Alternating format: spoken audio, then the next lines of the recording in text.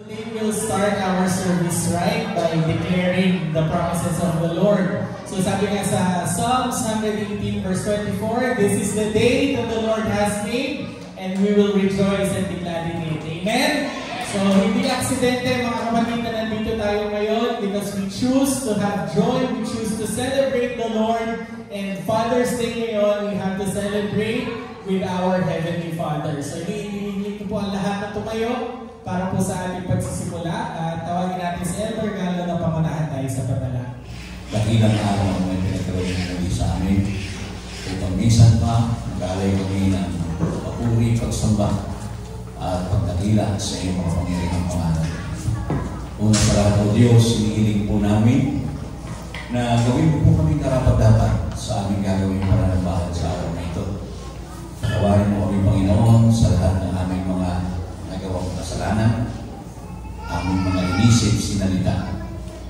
Ayan o Diyos na maging karapat-dapat kami sa lahat ng aming gagawin sa araw na ito para sa iyo.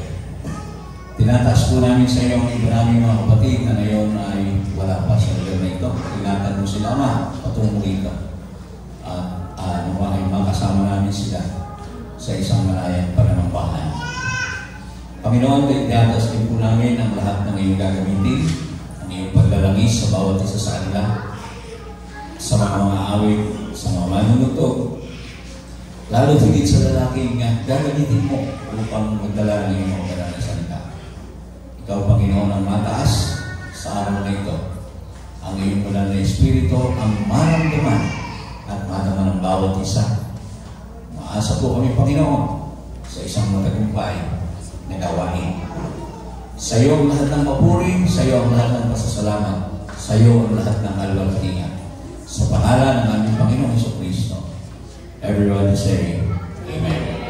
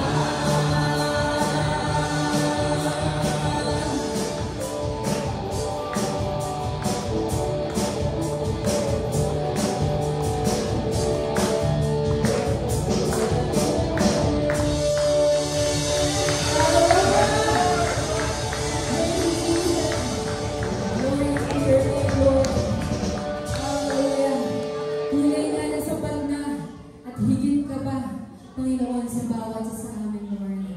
Hallelujah, hallelujah. Patuloy tayo sa presensya natin, Panginoon, sa mga oras nito, mga kapatid. Hallelujah. We worship you, Jesus. Hallelujah.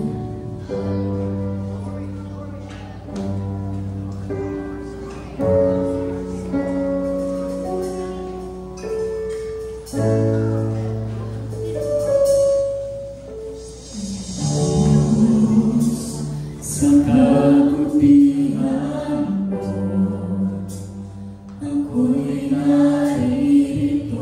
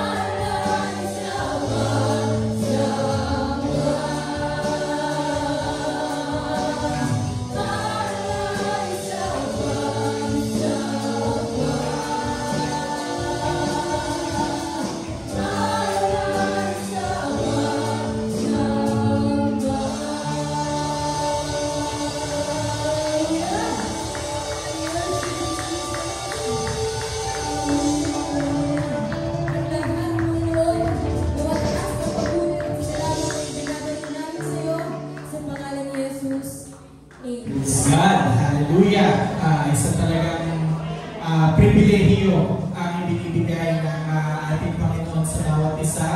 Sa bawat linggo na meron tayong pagkakataon na siya'y papurihan at pasalamatan. Amen po ba mga kapatid?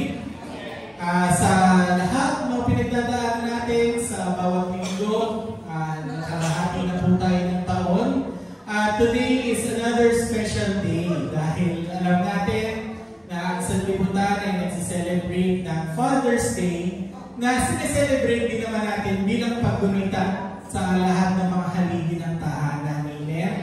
So gaya ng Christ-like fatherhood, yun yung mga pinapanalangin natin para sa lahat ng mga tatay na nandito sa ating NLAX family. Amen? Yung sakripisyo na ginawa ng ating Panginoon para sa atin is just like how our fathers are sacrificing their lives para lahat tayo ay mabigyan ng magandang buhay, lahat tayo ay maging maayos. So ngayon po ay bigyan natin ng pagkakataon ang lahat ng mga tatay na tumayo dito po sa ating harapan at hihilingin natin si Sister Wayne na ipanalangin ang lahat ng mga tatay. Sama-sama tayong manalangin at hingin natin ang paspas ng Panginoon. Dakilang Diyos, mga banal, maraming salamat po sa magandang araw na ipinagkaloob mo sa amin. At kami po ay sama-sama nagsiselebrate, Panginoon, ang Father's Day at narito po sa inyong harapan ang mga dakilang tatay ng NLAX family. Panginoon, hinihiling po namin ang inyong pagpapasbas.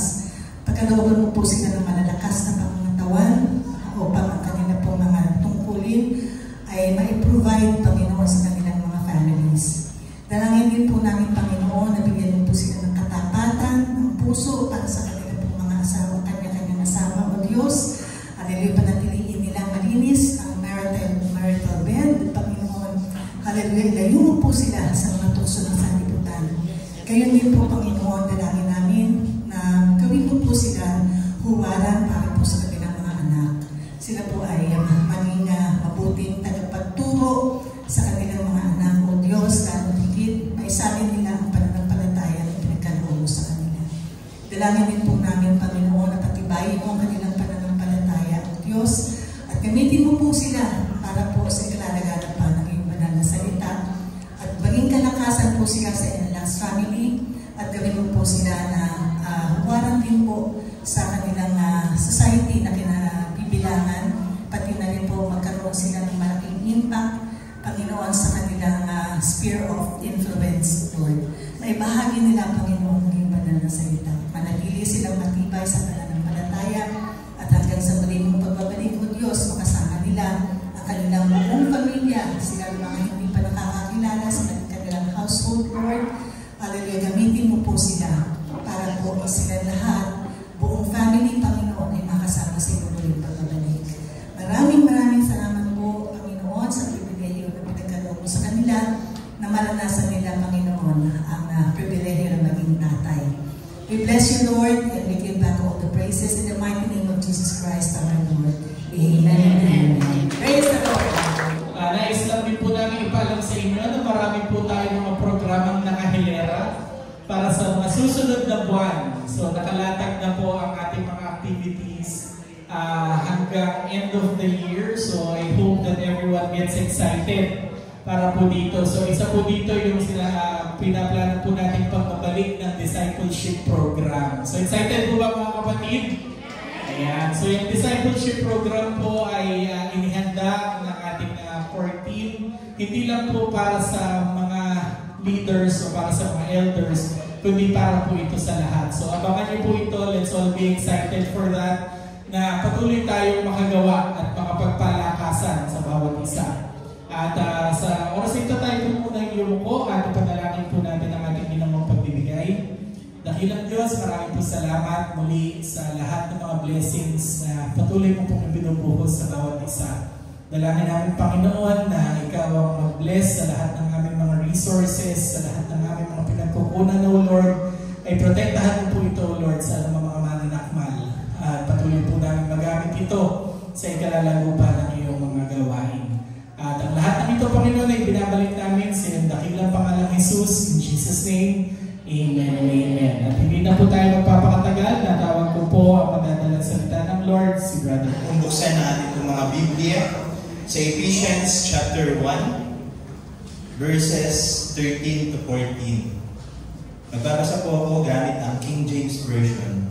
Sabi po nito, in whom ye also trusted, after that ye heard the word of truth, the gospel of your salvation, in whom also after that he believed, you were sealed with the Holy Spirit of promise, which is the earnest of our inheritance until the redemption of the purchased possession and unto the praise of His glory. So ang pag-uusapan po natin ngayong umaga pong ito, mga kapatid, is sealed with the Holy Spirit. Sealed, selling with the Holy Spirit. So manalangin po tayo lahat, mga kapatid. Father God in heaven, in the name of Jesus, salamat po sa inyo pong kabutihan, sa inyo pong katapatan, at sa buhay ng bawat isa na nandito sa oras pong ito. Salamat dahil pinagtagumpay niyo po kami, Lord, na makarating sa inyo pong gawain. Salamat po, Panginoon, dahil may pagkakataon na naman kami upang makapaglingkod po sa inyo. At sa oras pong ito, sa pagbabahagi ng inyong pong banal na salita, Lord, kayo po ang siyang mamuna sa bawat isa po sa amin. Langisan niyo po ang aming mga tainga. Nang sa ganon ay aming malinaw na marinig ang inyong pong mga salita, ang inyong pong mga instruction, ang inyong pong mga pagtuturo, ang inyong pong mga rebuke. At gamitin niyo po, Panginoon, ang oras na ito upang kami ay mas lalo pang lumago sa pananampalataya sa inyo. Lord, nananalangin kami ng spiritual breakthrough sa amin pong gawain ngayong oras pong ito. At nawa, makarinig kami ng mga turo, Lord, na nanggagaling sa inyong katotohanan at hindi lamang, Lord, sa opinion ng inyong pong lingkod sa oras pong ito. Kaya nawa, kayo po ang maitaas, kayo po ang humarap sa oras na ito, kayo po ang makita at hindi ang karumihan ng inyong pong lingkod sa oras na ito. Higit sa lahat, nanalangin kami ng enjoyment sa pakikinig ng inyong pong banal na salita at gawin niyo pong kapakipakinabang sa bawat isa ang oras pong ito. Ito po ang aming pagsama at pagdalangin. In Jesus' name we pray. Amen. Amen. Praise God. Sige po, pwede po ba natin palakpakan ang Panginoon minsan pa? Yung palakpak na may kasamang tagumpay, palakpak na salamat sa Panginoon. Ano, yung palakpak na pinagpuri ang Panginoon. Hallelujah. Praise the Lord. Praise Jesus. Hallelujah. No, malapat lang talaga, mga kapatid, na ating purihin, sambahin at dakilain ang ating Panginoon dahil mabuti siya sa bawat isa sa atin. Mabuti po ba sa inyo ang Panginoon? Amen. Amen. Ganun din sa akin. Amen. And sa oras po ito, mga kapatid, ang pag-uusapan natin is sealed with the Holy Spirit. Ready na po ba kayo? Para kayo hindi pa ready, kinakabahan ako. Okay. O nga pala, first time ko lang po kasi dito talaga, mga kapatid, dito po sa pulpitong to. Kasi yung huli ko pong preach dun pa sa baba. So, first time ko po dito sa taas. But anyway, mga kapatid, alam niyo po ba, mga kapatid, na after all originality, there is a fake reality. Alam niyo ba yun, mga kapatid? Lahat ng mga bagay na original, merong katumbas na peke. Alam niyo ba yun, mga kapatid? Diba? Sino dito yung minsan tumatangkilik sa peke? Mali yata yung tanong ko. Sino dito yung mahilig sa original? Yan. Siyempre lahat tayo, di ba? Pero minsan, di ba, napapatangkilik tayo sa peke. Amen? And sa totoo lang, sa mundo natin ngayon, lahat ng mga bagay na original, meron ng peke. Di ba? So for example, mga kapatid, di ba, meron ng peking, di ba yung cellphone natin? Yung iPhone, meron peking iPhone. Di ba? Meron akong picture. Ayan. Imbis na Apple, peras. Peras, may kagat na peras. Meron din peking sapatos. Di ba? Ano ba yung peking sapatos? Yan. Di ba? Alam niyo po yung Air Jordan na sapatos? Alam niyo po ba si Michael Jordan? Di ba? Yung sapatos, maganda yung tatak, pero yung nabili niya, pag ganun. Di ba? Nakakatawa. Diba? Yung meron din tinatawag na fake shirts. Ay, mga peking damit. Diba? So, imbis na lakos, low cost. motor. Di ba may branded na motor, tapos merong peke na motor. Di ba? So, ayan yung isa sa mga gawang China, Kawasaki. Kasi di ba yung original, Kawasaki, ito, Kawasaki. Di ba? And meron din peke na mga sasakyan. Di ba? So yung mga peke sasakyan, alam natin yung mga branded, di ba? Honda, yung Mitsubishi. Pero yung nakita ko, Mitsubishi. Di ba? So, bakit ba pinakita yung mga kapatid? Para lang magkaroon na tayo ng some sort ng kasiyahan. Di ba? Kasi naniniwala ko, dapat masaya tayo, di ba? Na naglilingkod sa Panginoon. Amen? And nakakatawa talaga kapag pink. Di ba? Minsan talaga, minsan matadali ka ng peke. And minsan, ang peke din, mura, cheap. Di ba? Kaysa din sa mga original. And hindi lang naman sa mga gamit, mga kapatid, ang peke. Di ba? Minsan, may mga tao din na peke. Ayun, may nag-amen, may nakarelate sa akin. Di ba? May mga tao na peke. Minsan, may mga tao na smile, peke. Tingnan mo yung kaliwat ka na, tingnan mo yung ngiti niyan. Mamaya, nagpapanggap lang yan. Di ba? Tapos, meron ding mga, di ba? May mga Kristiyanong peke. Hala. Di ba? Kaya, doon na tayo pupunta sa isang seryosong tanong. Di ba? Are you really a child of God? Di ba? O baka nagpapanggap ka lang? Gaano ka nakakasiguro na ikaw ay tunay sa Diyos? Amen? At masasagot natin mga kapatid yan tanong na yan sa pamamagitan ng topic natin ngayong umaga pong ito. Amen? Sapagkat ang pag-uusapan natin mga kapatid is we are sealed with the Holy Spirit. Sealed with the Holy Spirit. Diba? Ibig sabihin lang mga kapatid na ang isang Kristiyano na tumanggap sa ating pong Panginoong Jesucristo, na nampalataya, na bautismuhan, siya po mga kapatid ay naka-receive ng selyo mula sa Espiritu Santo. Alam niyo po ba yung mga kapatid? Sa madaling salita mga kapatid, lahat po rito ng mga tumanggap sa Panginoon sa pamamagitan ng bautismo sa tubig, pag-ahon niya, ano na tawag sa iyo? Born again. Di ba? Ikaw ay bagong nilala. Wala na yung dati mong pagkatao, ikaw ay bago na. Amen? Pag-ahon mo sa tubig na yan mga kapatid, binigyan ka ng Panginoon ng selyo. Sineryohan ka ng Panginoon. Ibig sabihin mga kapatid, ang bawat isa sa atin na nandito na tumanggap sa ating Panginoon, hindi lang mukhang Kristiyano, kundi isang Kristiyano. Amen? Hindi ka lang mukhang anak ng Diyos, kundi ikaw ay anak ng Diyos.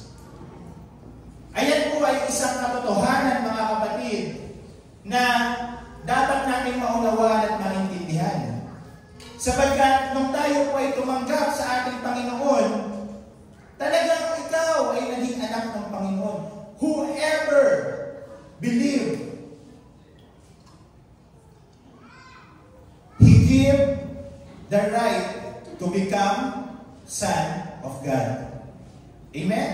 Ang sino mang nanampalataya, binigyan niya ng karapatan na maging anak ng Diyos. Kaya kung ikaw ay nanampalataya, mga kapatid, talagang anak ka ng Diyos. Hindi ka mukhang anak ng Diyos, hindi ka mukhang Kristiyano, kundi ikaw ay tunay at isang Kristiyano at ikaw ay anak ng Diyos. Pwede mo bang sabihin sa kaliwat kanan mo, ikaw ay anak ng Diyos? Come on, declare it sa katabi mo.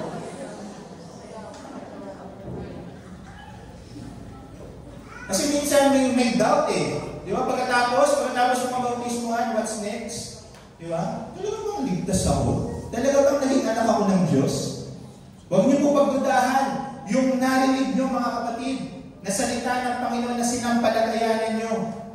Sapagkat the moment na naniwala ka doon at tinanggap mo siya, at ikaw ay nabautismo at pagkangat mo, naging anak ka ng Diyos. Amen? Meron kang selyo. Yan po yung binasa natin dito po sa Ephesians 1, 13 to 14. So what makes us unique, mga kapatid? Bakit ba tayo naging tunay na Kristiyano? O paano tayo maging mananatili na tunay na Kristiyano, hindi lang basta mukhang Kristiyano, o hindi lang basta mukhang anak ng Diyos? Okay? Sabi po rito mga kapatid sa first sentence na binasa natin, in whom He also trusted. Ano pong ibig sabihin yan mga kapatid? Ang ibig sabihin yan mga kapatid sa Tagalog, na sa Kanya'y kayo rin naman. Na sa Kanya'y kayo rin naman. Na ang ibig sabihin yan mga kapatid, it talks about the union. Union. Or it talks about the inclusion. Sabihin nyo nga po, inclusion. Okay? Included tayo mga kapatid sa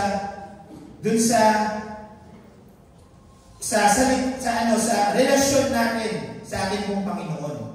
Kumbaga hindi lang tayo basta, kumbaga the moment mga kapatid na nagtiwala ka sa Panginoon, hindi ka lang basta naging malapit sa Panginoon. Kung hindi ikaw mga kapatid ay nasa sa Panginoon. Amen? Hindi tayo yung katulad nung ang Panginoon na pako sa krus. Naalala niyo po ba mga kapatid, meron mga soldier na nagda-dice? Hindi tayo ganoon mga kapatid. Sapagkat nung tayo na napalataya dun sa ginawa niya sa krus ng Kalbaryo, tinanggap natin yung kanyang ginawa.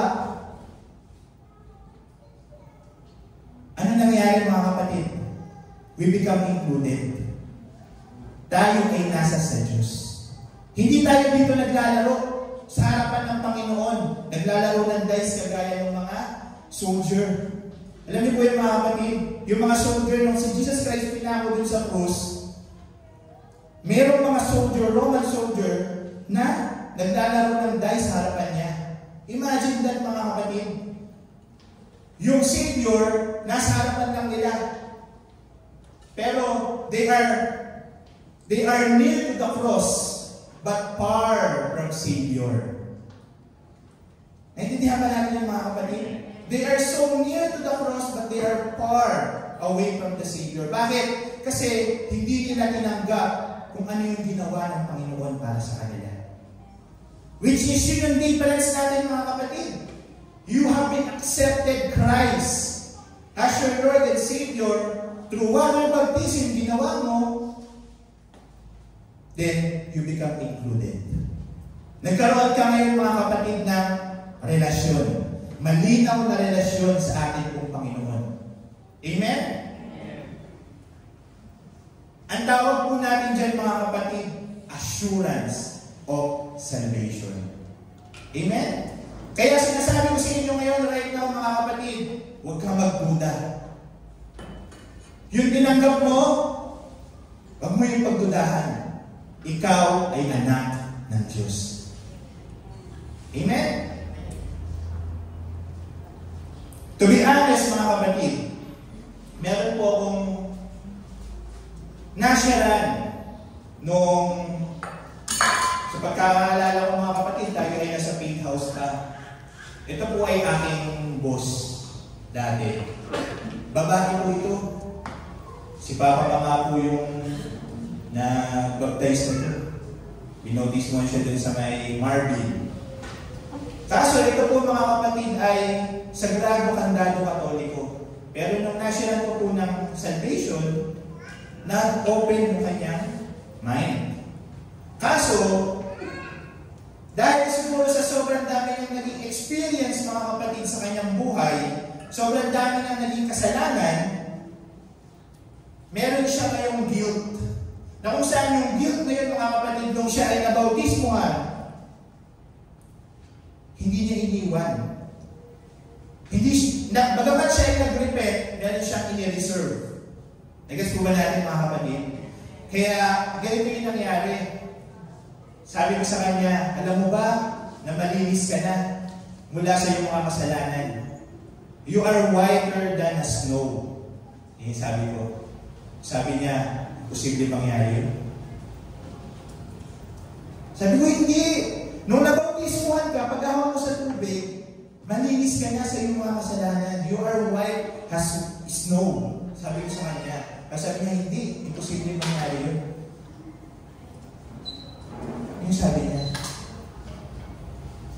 Bakit ganun yung sabi niya, mga kapatid? Kasi I found out na meron siyang guilt feeling dun sa lahat ng mga bagay na nagawa niya sa past bago siya tumanggap sa Panginoon. Nag-guess po ba natin, mga kapatid?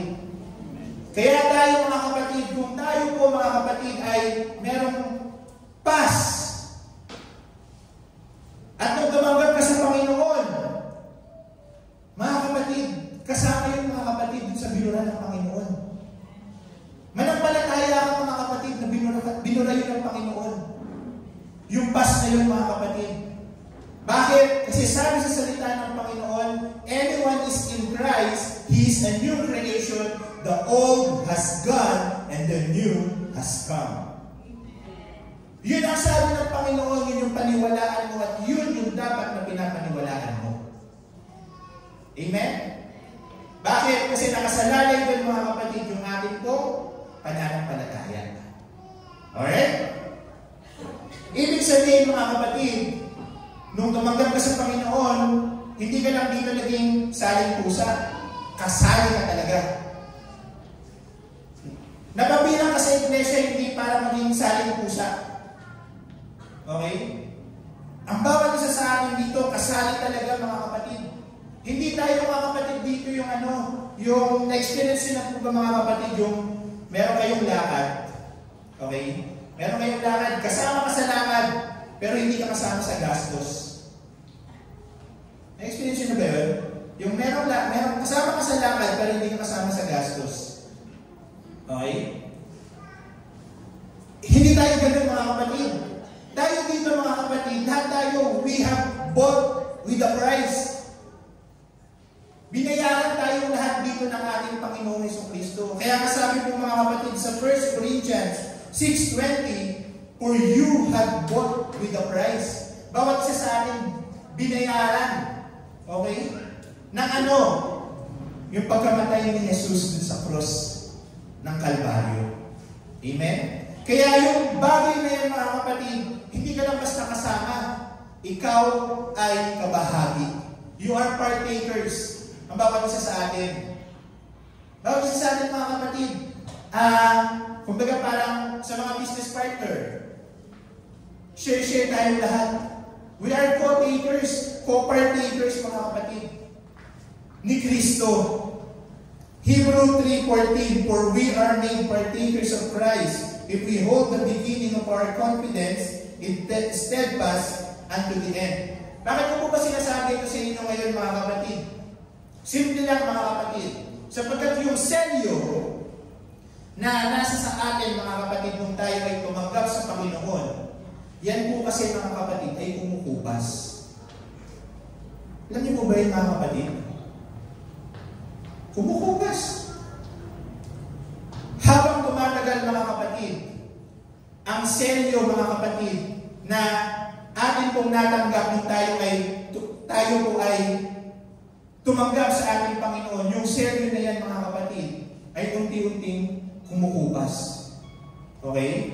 Sa papaanong paraan, mga kapatid, kapag tayo, mga kapatid, ay hindi naging consistent sa pakikinig ng salita ng Panginoon. Kung babalikan din natin, mga kapatid, yung Ephesians 1:13-14, sabi po dyan, mga kapatid, after that ye heard the word of truth, the gospel of your salvation. Ano pong ibig sabihin nito, mga kapatid? Yung word of truth, ano ito? Ito ay ang salita ng Panginoon. Walang ibang katotohanan liban sa salita ng Panginoon.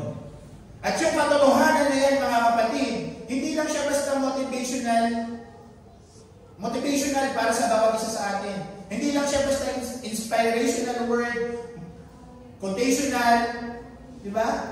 Kundi, ang salita ng Panginoon, mga kapatid, is a unchanging and life-transformational gospel. Ang salita ng Panginoon ng ating narinig, mga kapatid, babaguhin yun, yung buhay natin. Hindi lang siya basta cookbook na matututo ka, magluto, o hindi lang siya basta academic book, mga kapatid, na basta ka lang tatalino o magiging valedictorian. Hindi, mga kapatid. Ang salita ng Panginoon, yung word of truth na narinig natin, mga kapatid, babaguhin ito yung ating mga buhay. It will change us.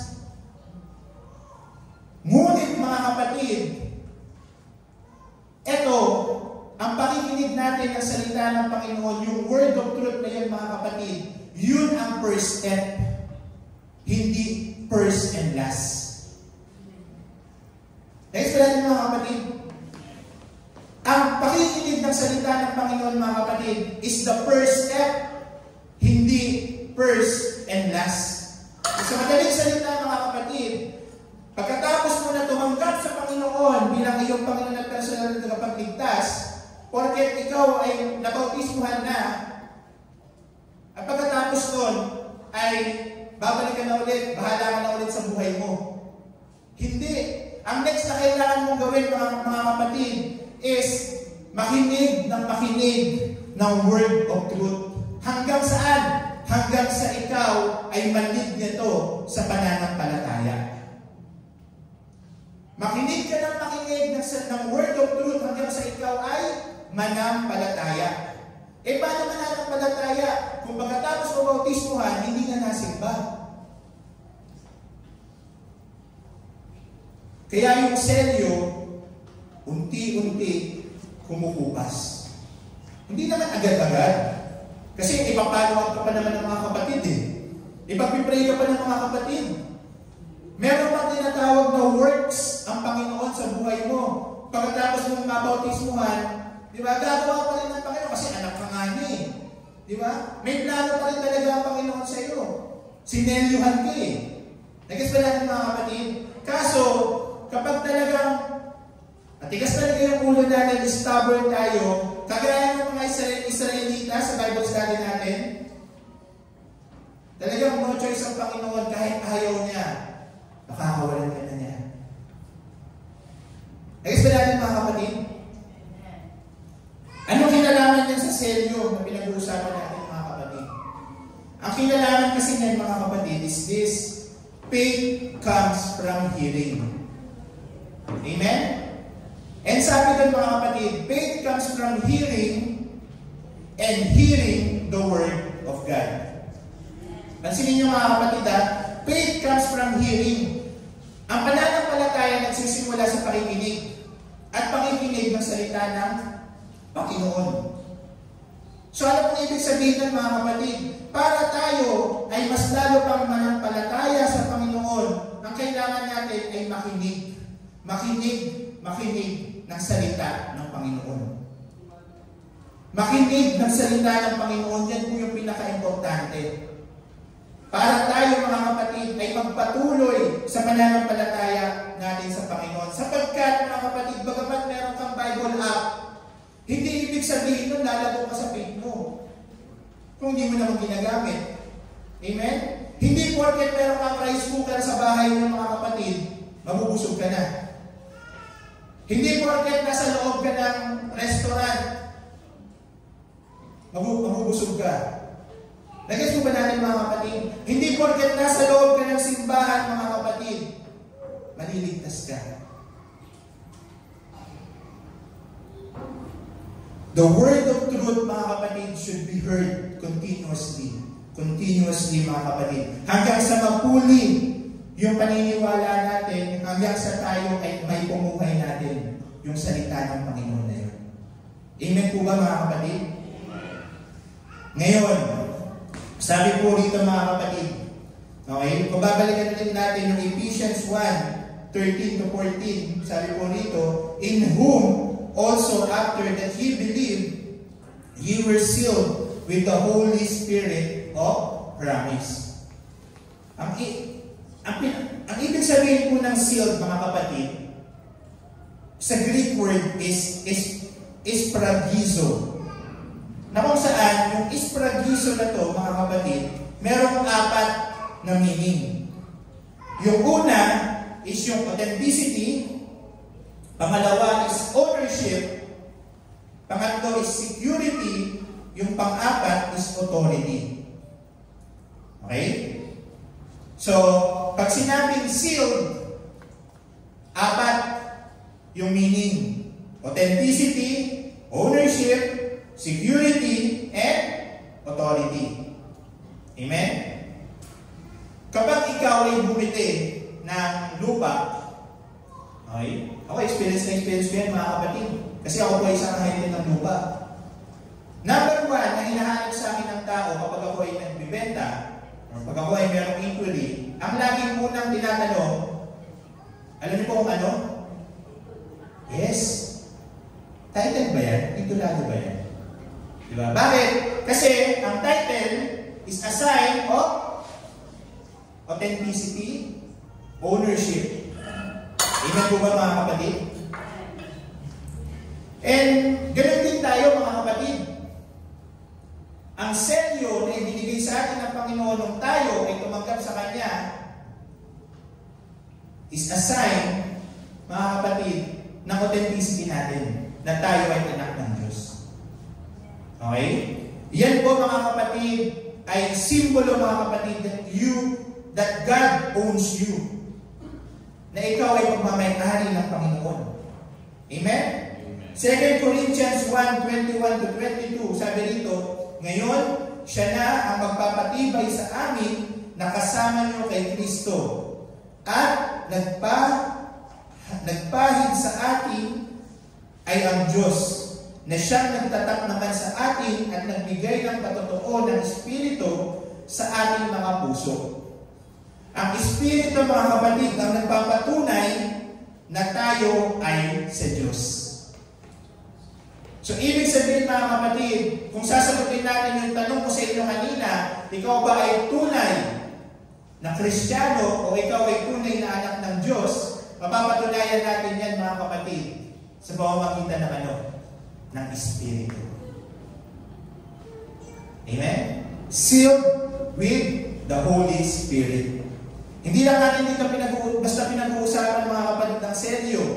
Kasi kapag ang selyo, mga kapatid, okay, ang selyo, mga kapatid, ay actually ginagamit talaga para patunayan ang isang bagay na ito ay kasi during nung unang panahon, mga kapatid, ang selyo talaga, okay, ay nagagaling ito sa hari.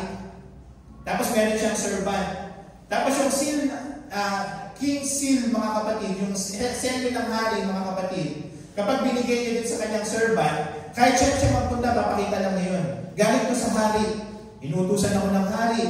Di ba? Ako ay sa hari. Di ba? So, ganun yan, mga kapatid. And, ganun din tayo, mga kapatid. Yung selyo, mga kapatid, yung tatak na meron tayo, mga kapatid, hindi lang basta sealed. Kumbaga, yung selyo na meron tayo, mga kapatid, ay selyo na nagmumula sa langit. Amen? Na kung saan, mga kapatid, yung magpapatunay nito na yung selyo na ito, mga kapatid, sa pamamagitan ng Espiritu na nananahan sa bawat isa sa atin. Amen?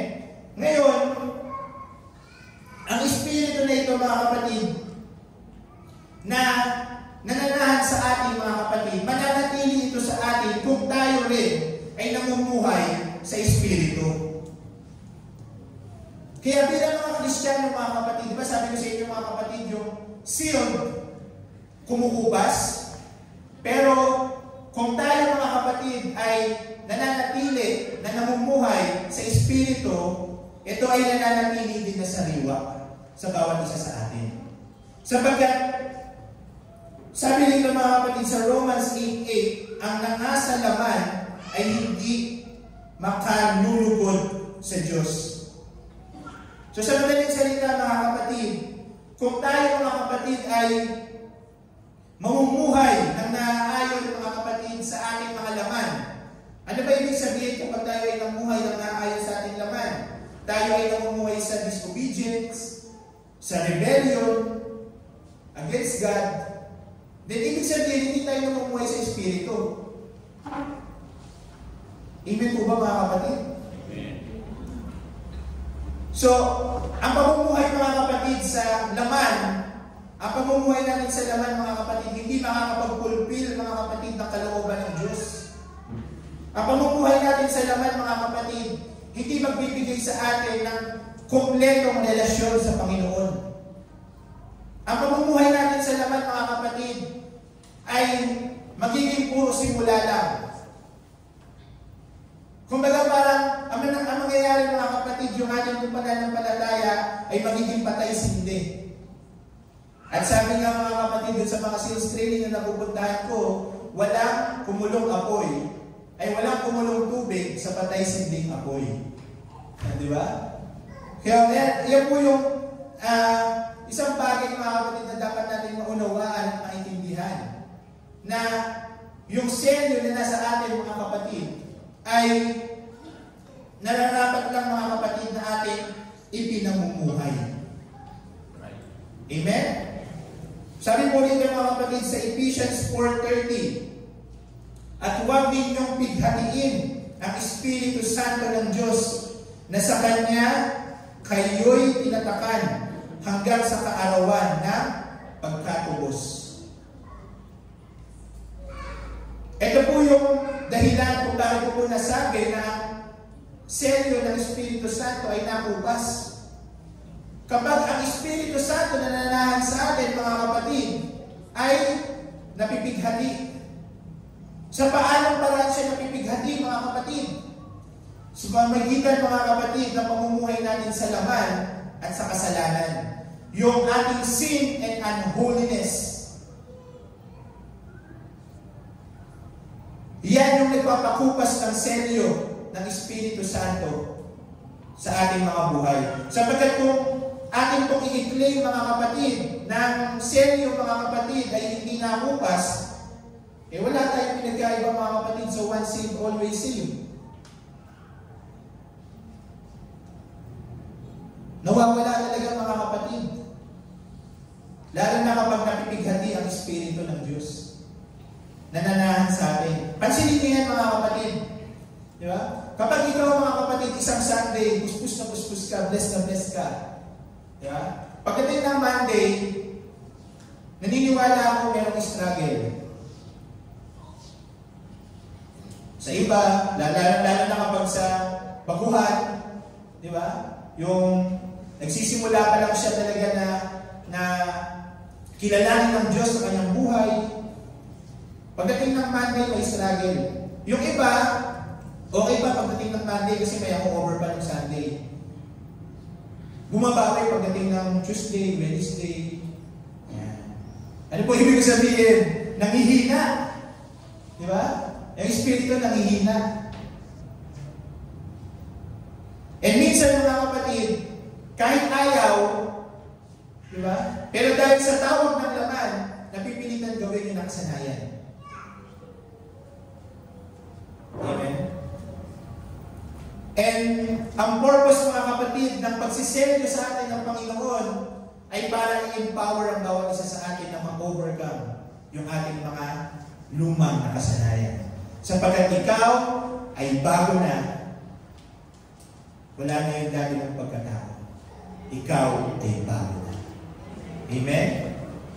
Kaya mga kapatid, in order for us mga kapatid na mapanatili na sariwa ang selyo ng Panginoon mga kapatid, mamuhay tayo mga kapatid sa Espiritu, sa pananampalataya at hindi ng naayon sa laman. Ano po ba mga kapatid? Ang hayag. Ano po ba mga kapatid yung gawa ng laman? Okay. Sabi po rin sa Galatians 5:19-21, inisisa po dito, at hayag ang mga gawa ng laman. Sa makatuwid ay ang mga ito: pakikiapid, karumihan, kalibugan, pagsamba sa Diyos-Diyosan, pangkukulang, mga pagtataniman, mga pagtatalo, mga paninibugho, mga pagkakaalitan, mga pagkakampi-kampi, mga pagkakabaha-bahagi, mga higwang pananampalataya, mga kapanghilian. Alam niyo po ito kapanaghilian. Ba't naman kasi King James, no? Hindi po ito, inggit. Okay? Mga paglalasing, mga kalayawan, at ang mga katulad nito. Tungkol sa mga bagay na ito ay aking ipinagpapaunang ipaalala sa inyo, tulad sa aking pagpapaalala ng una sa inyo, na ang mga nagsisigawa ng gayong mga bagay ay hindi magsisipagmana ng kaharian ng Diyos. Amen? Amen. And itong mga bagay na ito, mga kapatid, na itinuturo dito sa Galatians 5:19-21, ay mga bagay, mga kapatid, na natural sa tao. Natural na pag-uugali ng isang tao. Kaya, nung ikaw, mga kapatid, ay nabautismo at tumanggap sa Panginoon, ikaw ay merong selyo para maalala mo, mga kapatid, na kaya mong ma-overcome ang naturalesa na meron sa ating mga loob. Because God give us empowerment sa pamamagitan ng Holy Spirit na ibinibigay niya sa bawat isa sa atin. Nasa gayon, mga kapatid, hindi ka magkaroon ng pagdududa na ikaw ba ay isang Kristiyano. Amen? Kasi di lang minsan, kapag tayo, mga kapatid, ay nagkakaroon ng mga pagkakasala, nagkakaroon tayo ng mga sunod-sunod na pagkahulog. Minsan sa ating mga pagkatao, minsan sa ating pag-uugali, minsan nagdududa kayo, Kristiyano ba talaga ako? Diba? Minsan matatanong mo pa yung sarili mo, nakasunod ba talaga yung pangalan ko sa aklat ng buhay? Diba? Lalo na kapag isang beses hindi ka nakapagsimba, tapos ginawa mo ang pangalawang beses, hanggang sa pangatlong beses, tapos pagbalik mo, diba? Parang ninibago ka na, diba? Talaga bang bahay mo? Talagang spiritual home ba talaga ito? Diba? Mga ganun pakiramdam kaya. Kaya nga may mga kapatiran na nahihiya na rin talagang bumalik sa church. Kasi namumuna yung naturalesa yung pagiging tao, na nakakalimutan nila that they are sealed with the Holy Spirit, na anak sila ng Panginoon. Amen? Kaya ano man, mga kapatid, yung atin kong nararamdaman, di ba? Ano man yung ating mga nagawa sa past, huwag kang mahiya na pumasok sa loob ng simbahan. Sapagkat ang simbahan, mga kapatid, hindi naman ito para sa mga perpekto. Ito ay para sa ating na mga makakasalanan. Amen? Kaya ito, mga kapatid, ipinapangaral sa pulpitong ito. Ito pong Galatians 5:19-21. Para magkaroon tayo ng lakas na bawat isa sa atin, para ma-empower natin yung bawat isa na ma-overcome kung ano yung mga kasalanan na nandito. Nang sa ganon, unti-unti tayo na namumuhay ng naayon sa kalooban ng ating pong Panginoon. Na namumuhay sa Espiritu. Amen? Kaya yung hiya, mga kapatid, yung hiya talaga, pride yan eh. Diba? Pride ang hiya. Huwag tayong mahihiya. Lalo na kapag sa Panginoon, lapit lang. Diba? Kasi isa lang naman ang gusto ng Panginoon eh. Diba? Mapag-uusapan natin mo sa Bible study natin, mga kapatid. Ano man yung mga pinagdaanan natin, ano man kaguluhan yung meron sa buhay mo, minsan, Kung ano-ano pa yung iniisip natin, di ba? Gusto pa natin na babalik na lang ako kapag okay na ako. Di ba? Ganun pa tayo. Babalik na lang ako kapag naayos ko na lahat. Mga ganun. Tapos gagawa ka pa ng iba't ibang paraan para maayos yung buhay mo. Ginagawa mo komplikado ang lahat. Na kung saan ang gusto lang naman ng Panginoon, humingi ka ng tawad.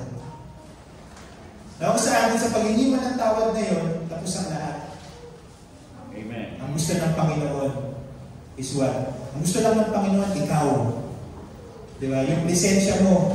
Diba? Yun lang yung gusto ng Panginoon, yung marinig yung boses mo, na humihingi ng tawad, na pinupuri siya, na sinasamba siya. Amen? Kasi, bakit ganun mga kapatid? Simple lang. Because God is a very personal God. Hindi siya yung Diyos mga kapatid na politiko, na kailangan mo muna ng appointment bago makalapit sa Kanya. Amen? Ang Diyos, mga kapatid, ay Diyos na handang makinig at yakapin anuman ang sitwasyon na meron ka. Amen? Sabi pa rito mga kapatid, Romans 8:9, datapwat kayo'y wala sa laman, kundi nasa Espiritu. Kung gayo'y tumitira sa inyo ang Espiritu ng Diyos, datapwat kung ang sino may walang Espiritu ni Kristo, siya'y hindi sa Kanya. Kaya napaka-importante mga kapatid na nagsisik talaga ng Holy Spirit. Di ba? Right.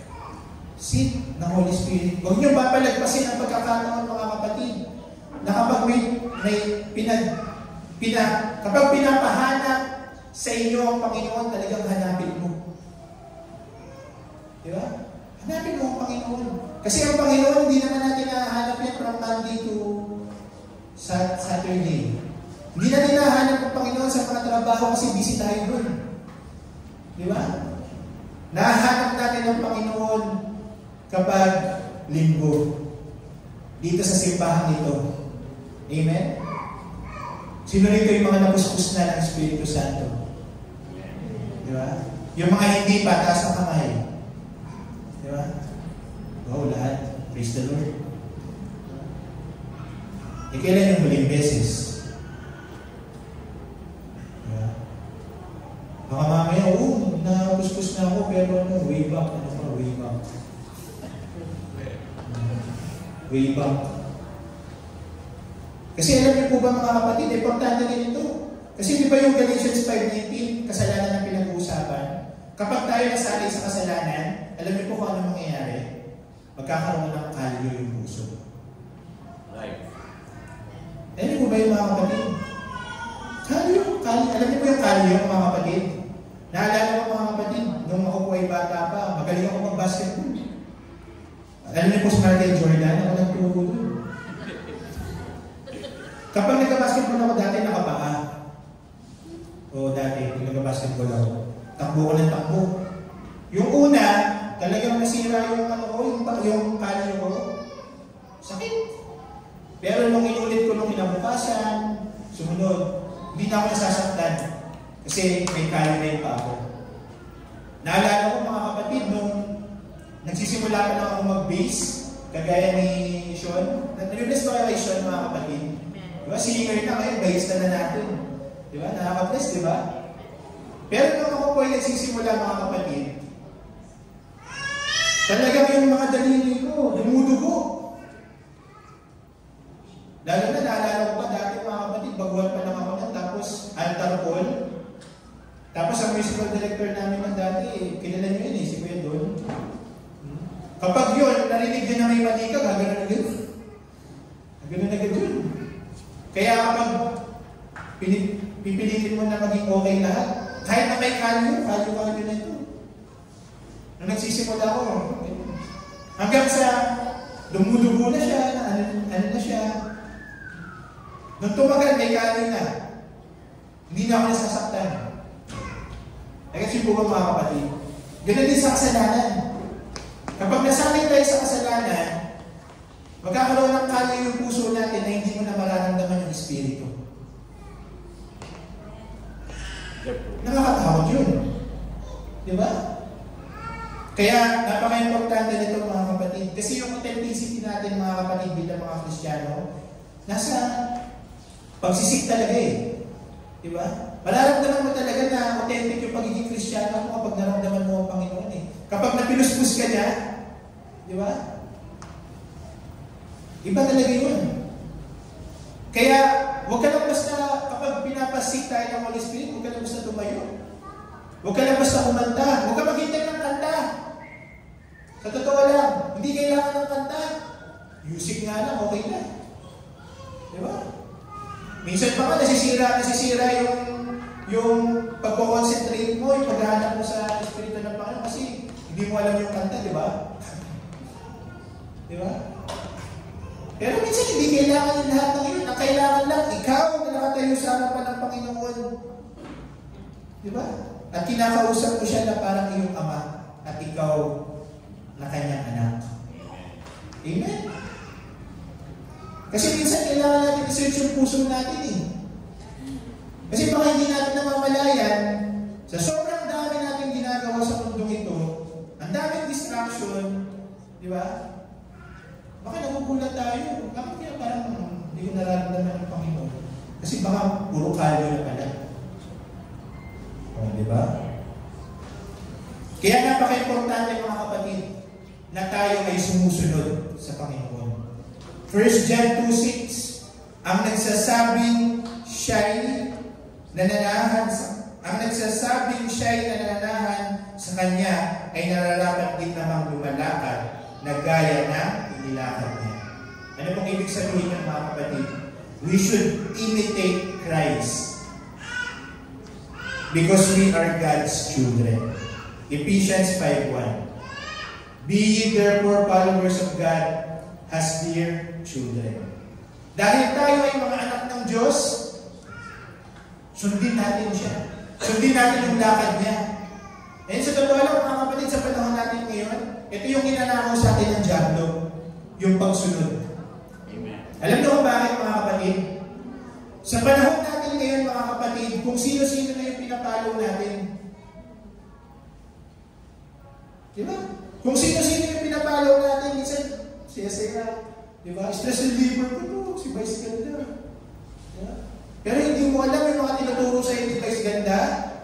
Diba? Sa totoo lang mga kapatid, Devil's Doctrine. Alam niyo po yung mga New Age Doctrine, mga kapatid? Na kung saan mga kapatid, yung mga New Age Doctrine, minsan, pinapangaral din sa pulpito. Alam niyo po kung ano yun, mga kapatid? Narinig ko talaga ito, mas marami sa mga pulpito eh. Yung mahalin mo muna yung sarili mo bago mo mahalin yung iba.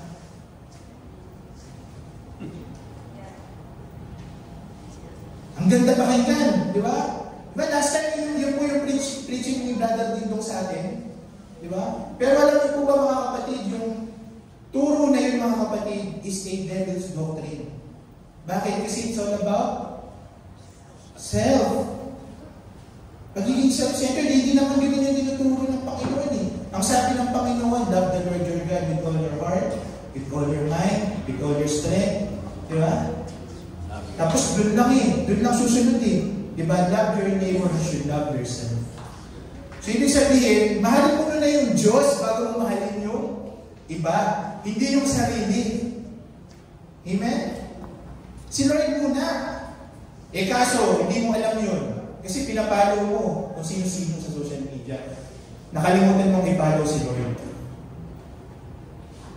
Di ba? Yun kasi yung nawawala mga kapatid sa panahon natin ngayon. Yun yung ninanakaw sa atin ng diablo mga kapatid. At hindi natin namamalayan mga kapatid kahit sa pulpito nangangaral minsan ng diablo. Kaya nga sabi mga kapatid, test all the spirit. Paano mo i-test yung spirit? May kalyo-kalyo ka na. Pero alam niyo po ba mga kapatid, na ang espiritu ng Panginoon mga kapatid, ang nagpapatotoo na talagang tayo ay anak ng Diyos. Kaya, simulan mo sa umagang ito mga kapatid, ang hanapin ng espiritu ng Diyos. Di ba? Kasi yung selyo kumukupas, pero huwag mong hayaan yun mga kapatid. Dapat ang selyo dapat laging sariwa. Amen? Ang selyo ng Panginoon mga kapatid, ibinigay sa atin yan para ipaalala sa bawat isa sa atin that you are authentic, you are owned by God, that you are secured. Meron tayong seguridad. Di ba? Ang isang Kristiyano mga kapatid na maalalahanin, may problema. Nakalimutan na selyado siya ng Panginoon. Yung isang Kristiyano mga kapatid na warrior, walang Kristiyano warrior. Kasi yun na nga yung sabi niya sa paboritong verse ni Kuyaniki. Yung mga maya nga Di ba? Pinagpapala, ikaw pa kaya na anak niya? Di ba? Amen po ba mga kapatid? Amen. Kaya sabihin mo sa kaliwat kanan mo, walang Kristiyano warrior. Di ba? Kaya humingi tayo sa Panginoon mga kapatid ng empowerment. Ngayong umaga ito. Di ba? Napalakasin tayo ng Panginoon yung pananampalataya natin. Di ba? Para yung Espiritu na nanahan sa atin, yung selyo nun mga kapatid, laging sariwa. Amen. Amen? Kasi nga nakupas Di ba? And ito pa mga kapatid, yung selyo na yan, paalala sa atin na meron tayong purpose at meron tayong calling. Alam niyo po ba yung mga kapatid? Na ang selyo ng Espiritu ng Panginoon, sealed with the Holy Spirit, hindi lang yan pang display. Ay, selyo ako. Di ba? Hindi lang yan pang display mga kapatid, yung parang sa Facebook, di ba na meron kang blue na button, alam niyo po ba yun? Di ba? Na ibig sabihin, ikaw talaga yung totoong may-ari. Hindi lang siya gano'n mga kapatid, merong purpose. Merong calling mga kapatid, yung selyo na ibinigay sa atin ng Panginoon. Di ba? Ano yung team natin sa church natin ngayong taon na ito? Go! Di ba? Go! Di ba? Naniniwala ako mga kapatid that you are sealed to be sent. Narinig nyo ba yun? You are sealed to be sent. Go! Hindi ka lang pang-display, mga kapatid. Hindi ka lang pang-display dito sa church. Ikaw ay pang-mission din. Amen? And sinasabi nga ni Brother Derek kanina, meron tayong programa, evangelism, di ba? Hindi natin magagawa yun kung tayo-tayo lang. Kung initiative lang natin. Dapat merong empowerment galing sa Holy Spirit. Amen? Bakit? Kasi nga, kasasabi ko lang kanina, di ba? Dapat walang hiya. I mean, dapat hindi nahihiya. Bakit kasi na-term walang hiya. Diba? Dapat walang hiya-hiya ka lang. Dapat walang hiya. Dapat walang hiya-hiya, di ba? Kaso nga nahihiya. Bakit nahihiya? Di ba? Kasi hindi ko po kalayo di ba? Pero 10 years ka na sa Lord. Di ba? Ang sinasabi ko lang dito mga kapatid na yung sealed na itinatak sa atin ng Panginoon mga kapatid, confidence natin yun na meron tayong authorization power galing sa Panginoon. Right. Alam niyo po ba yun mga kapatid? Meron tayong authorization power galing sa Panginoon. Ano yung authorization power natin mga kapatid? Mababasa natin sa Matthew 28:20 na sinasabi dito mga kapatid, teaching them to observe all things. Authorization power yan Di ba? Turuan sila ng lahat ng mga bagay na tinuro ko sa inyo.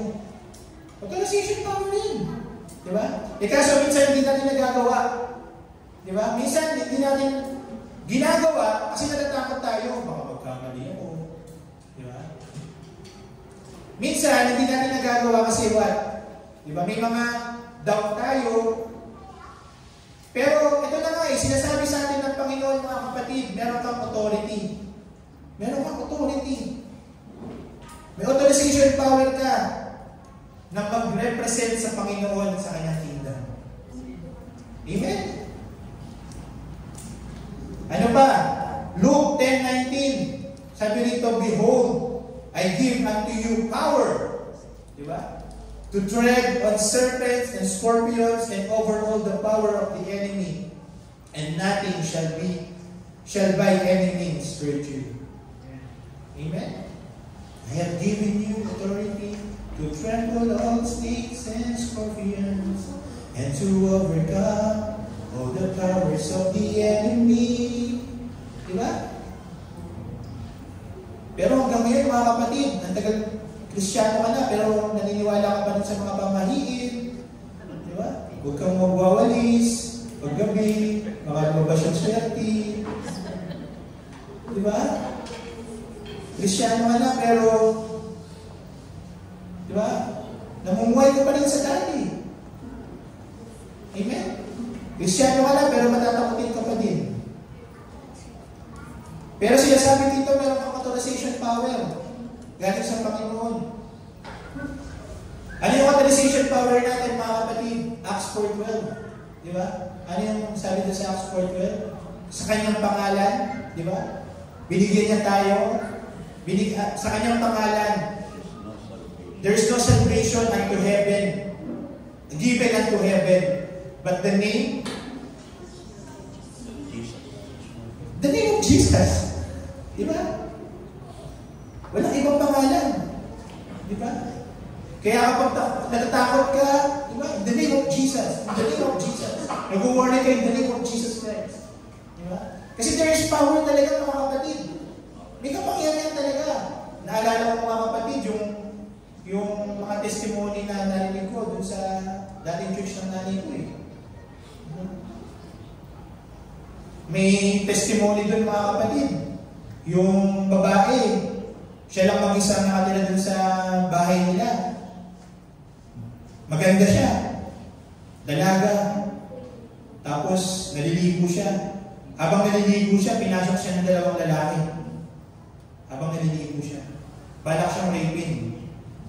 Pero dahil sa kanyang pananampalataya, ang sabi niya, pagbukas nung banyo niya, naliligo siya, balak siyang raping ng dalawang lalaki.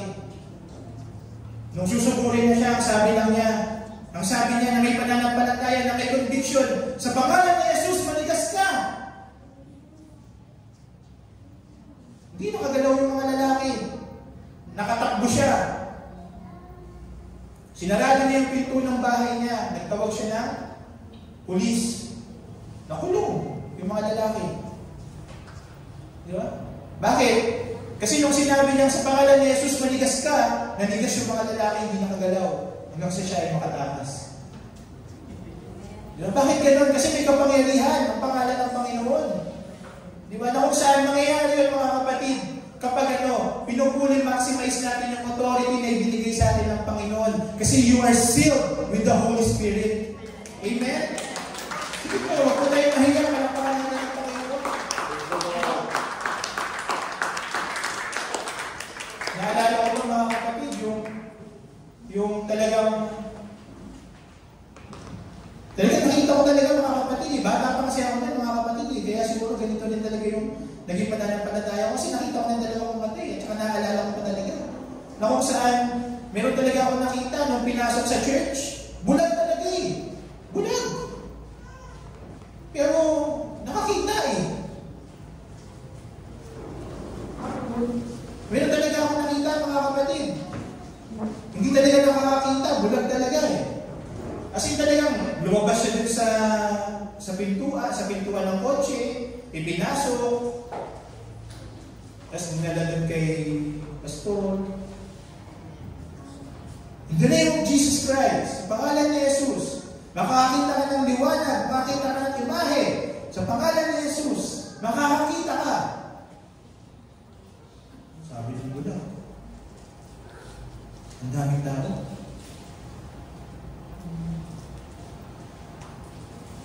Sabi niya, nakakita ako ng mga magagandang mukha. Praise the Lord! Hallelujah! Grabe yun. Bata pala ako, nakikita ko na yung mga ganun, mga kapatid.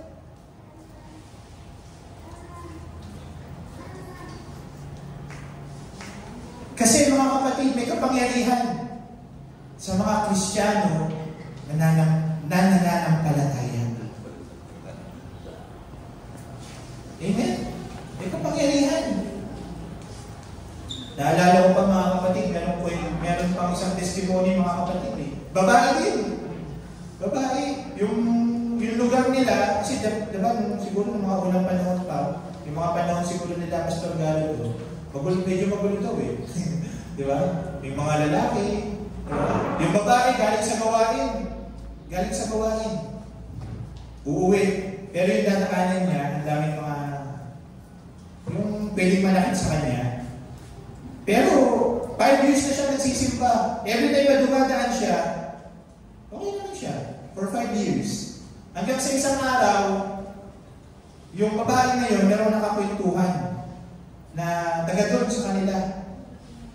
Tapos sinabi nung, siguro, yung tambay na yun, ate, sino yung, lagi mong mga kasama, lalaki ng katawan niya? Sabi, sino? Wala naman ako kasama, walang lagi mag-isa. Higit siguro yung testimony niya yung mga kapatid. Diba? Pero kapag galing ka sa gawain mga kapatid at uuwi ka, meron kang security galing sa parang kasi may selyo ka. Sinilihan ka ng Panginoon, hindi pwedeng hindi ka ingatan. Amen? Kaya ang Panginoon nagpapadala ng mga anghel para ingatan ka pa uwi. Amen? Pero, di ba, may mga Kristiyano, takot na takot gabihin, di ba, sa church. Gabihin na, nasa isma, gabihin ako. Diba? Kaya minsan hindi pa fully maximize kung ano yung dapat talaga na ginagawa sa loob ng church. Diba? Imbis na nagpapakababad sa presensya ng Panginoon, hindi magawa. Bakit? Kasi may mga takot, may mga agam-agam, di ba? Kumbaga, may limitation, na kung saan yung limitation na yun, ikaw lang nag-limit sa sarili mo. Pero yung Holy Spirit, gusto pa ng Holy Spirit more. Pero ikaw, gusto mo, hanggang dito lang. Di ba? Kaya mga kapatid, binigyan tayo ng authority ng Panginoon, authorization power mga kapatid. I-maximize natin yan. Acts 1:8. Alam natin yan. But you shall receive power. After that, the Holy Ghost is come upon you. Gusto niyo po ba ng kapangyarihan? Yung kapangyarihan na kayang magpatigas ng mga kaaway. Di ba? Yung kapangyarihan na magbibigay sa iyo ng confidence kahit na ikaw ay dumaan sa magulong daanan. Di ba? Yung confidence na kahit na ikaw ay malunod sa ilog, hindi ka malulunod. Yung confidence, mga kapatid, na kahit ikaw ay masunog o dumaan sa apoy, hindi ka masusunog. Di ba? Gusto niyo po ba yung ganyan, mga kapatid? Yung ganyan kapangyarihan, magagawa natin yung mga kapatid sa tulong ng Espiritu Santo ng ating Panginoon. Ano lang yung kailangan natin gawin, mga kapatid? Seek. Hanapin. Kung hindi mo mahanap, sabihin mo sa Panginoon, Lord, hindi kita makita. Pero gusto kitang makita ngayong umaga na ito. Alam niyo po ba mga kapatid, naalala ko, dumating din ako sa punto mga kapatid na matagal na akong hindi napuspos. Pinakala ko talaga hindi na ako darating sa punto na hindi ako napupuspos. Alam niyo po ba mga kapatid, pinuspos ako ng Panginoon dahil lang sa isang challenge ko sa Kanya. Alam niyo po kung ano yung challenge ko sa Panginoon. Sabi ko, Lord, kung talagang anak mo pa ako, pag-anas mo naman sa akin yung dati kong nararanasan. Oo. Hindi ako binigo ng Panginoon. Buong puso akong sumurrender sa Kanya, mga kapatid. Hindi ako binigo ng Panginoon. At naniniwala ako kaya mo ito. Diba? Alam niyo po, walang restriction ang paghahanap sa Panginoon. Pwede kang nakatayo, pwede kang nakaluhod, pwede kang nakadapa, pwede sa kung paano ka magiging komportable. Huwag kang mahihiya. Basta ang importante sa umaga ito, mga kapatid, naisin natin ang mapuspos ng Espiritu Santo. Because there is no power without the Holy Ghost that is going to come on you. Amen? Handa ka na ba, mga kapatid? Handa mo na bang buksan yung puso mo sa gagawin ng Panginoon sa iyo ngayong umaga nito? Amen? Are you willing to challenge God today? Sige. Nanayan kita sa umaga nito, kapatid. Lalo na if you really want to experience God here in this place, pwede ka rito sa harapan ng pulpito. Huwag ka mahiya. Di ba? Alam niyo, mga kapatid, yung church natin talaga is a church of Spirit-filled church tayo eh. No?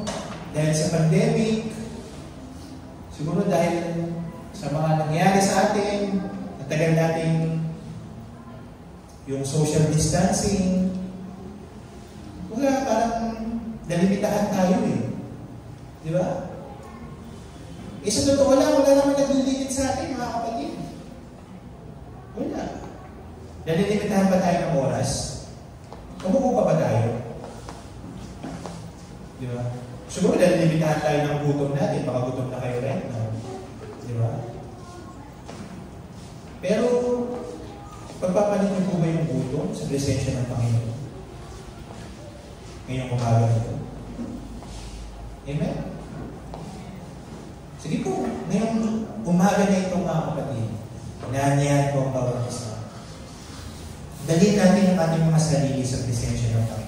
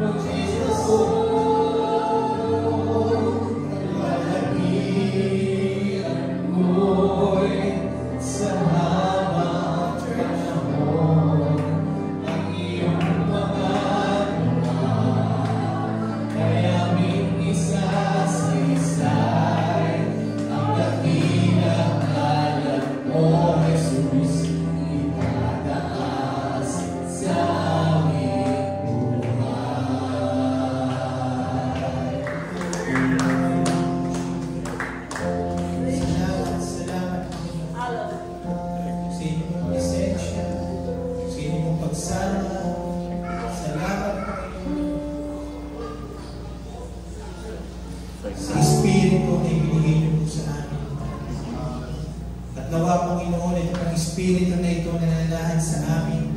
Kaya amin po may manatili, maging aware kami, Panginoon, sa mga nais mo sa amin pong mga buhay.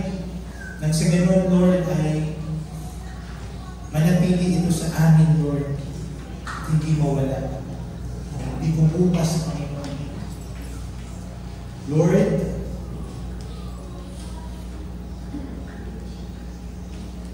sa oras po ito, kami patuloy na nananalangin ng paglago sa inyo pong mga anak dito po sa Next Level Apostolic Church of the Savior.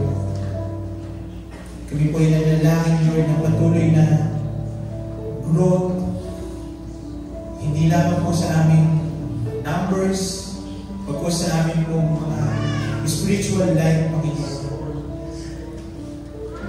Na ito po ang aming pinaka first priority, Panginoon.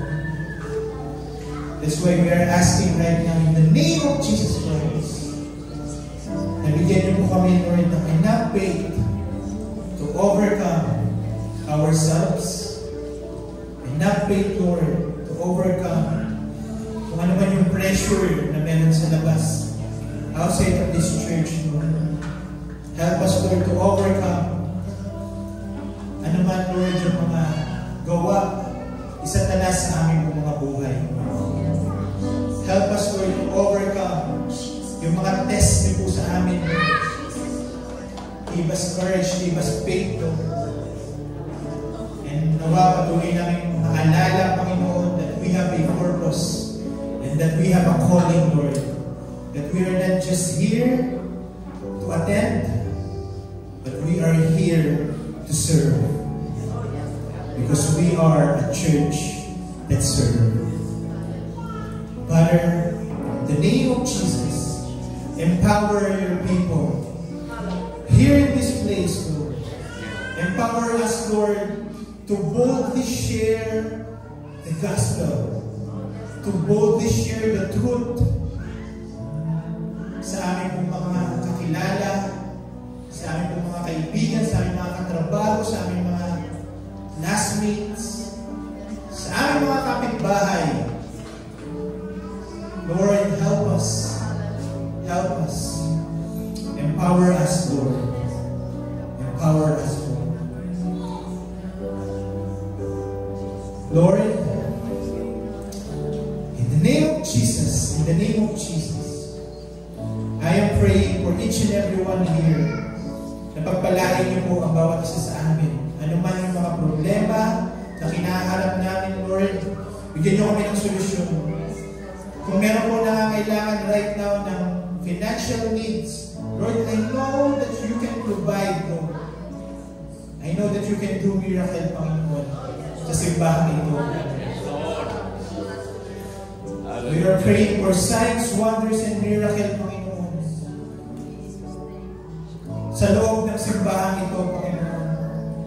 Alam namin, Panginoon, na marami kang gagawin. Malaki pa ang iyo pong gagawin. And we can expand our territory, Lord. Kaya naman, patuloy na tulungan niyo po kami na maging faithful dito po sa maliit na lugar na ito, Panginoon. Because I know, Lord, we know na meron kang purpose and calling sa bawat isa po sa amin. Nawa patuloy na mapangalagaan namin, Lord, yung selyo ng Espiritu Santo na ibinigay niyo po sa amin, sa amin pong mga pananampalataya sa inyo, sa amin pananampalataya sa inyo. In the name of Jesus. And Lord, sa marami pong pasamatalang pag-iwalay, ibalik niyo po kami sa mga susunod naming gawain na handa at excited na maglingkod muli sa inyo. Lord, ito po aming pagsamo at pagdalangin. In Jesus' name we pray. Amen and amen. Last po natin mga kamay. Pagpalain po tayo ng Panginoon. I-bless po ng Panginoon ating mga trabaho, ating pag-aaral, at ating mga negosyo, at gamitin tayo sa ikaw natin at pagpapalaganap ng kanyang mga salita. You're dismissed na po in Jesus' name. God bless you all.